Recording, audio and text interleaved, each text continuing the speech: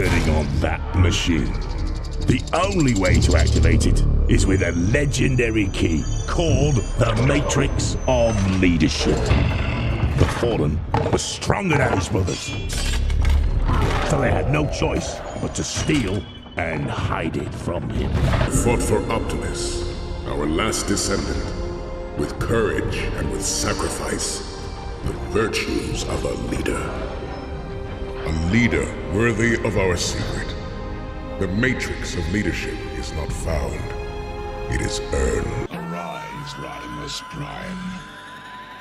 Optimus. Hello guys, Mr. Shopper came back once again. You saw the title of the video, The Matrix of Leadership in the Micro Bayformers. A lot of people seem to be confused or being... I don't know what it is. They seem to can't understand how it works. And I'm not some type of super genius, but the way I see how it works is quite simple. How was Optimus Prime... So let's start first from the beginning. Optimus Prime is killed in the second movie. And Sam asks Jetfire, could that same power source that is used to trigger the power the Star Harvester can bring by Optimus? Jetfire says it wasn't designed for that purpose, but it's a power like no other. Now a lot of people clown and make fun of the movie for the whole Sam Wiki.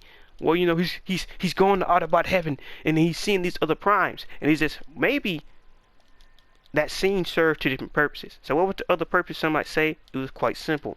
It was to say that the matrix of leadership is not giving, it is earned. So that's why when the Fallen snatched it out of Optimus' chest, not only did Optimus not immediately die, because he's been brought back to life just 100%. He's been powered up, not 100%, but he was powered up back to life, right? I can't say 100%, but he was powered back to life.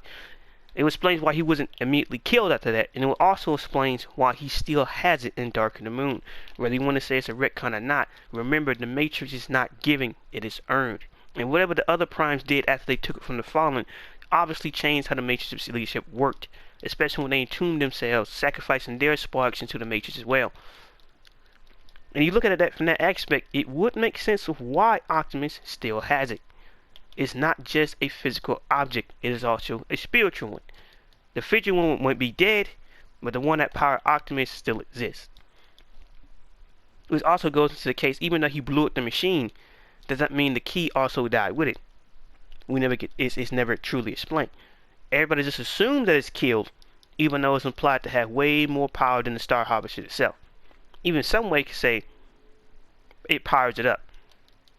So if that device can power up the matrix of the Star Harvester and bring people back to life, setting it was just, you can argue was in a coma, then you would have to say, well, would it truly be destroyed by one shot by a Jetfire, Pirate Prime?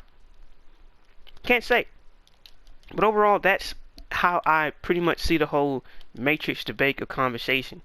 You cannot just take the Matrix, you gotta earn it. And which is why when Sam took it from the Tomb of the Primes, it did nothing. It turned to dust. Which is probably more than likely a fail-safe for if the Fallen ever found it, because they knew that they could not defeat the Fallen by themselves. So what was the best thing they could do? Put a trick onto it, fuse their sparks from inside of it, and then, next thing you know, if the Fallen or the Decepticons ever did get it, it would fall to pieces. But it was only because Sam was worthy enough and earned the Matrix of Leadership, the original Matrix of Leadership reformed, allowing Optimus Prime to be brought back to life.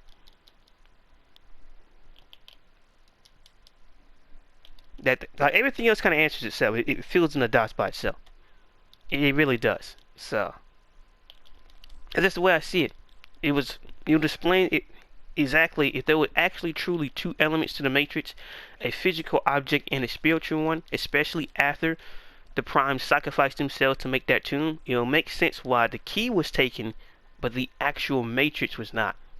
It makes sense why the key was blown up, but what the Matrix truly is didn't, because it was giving.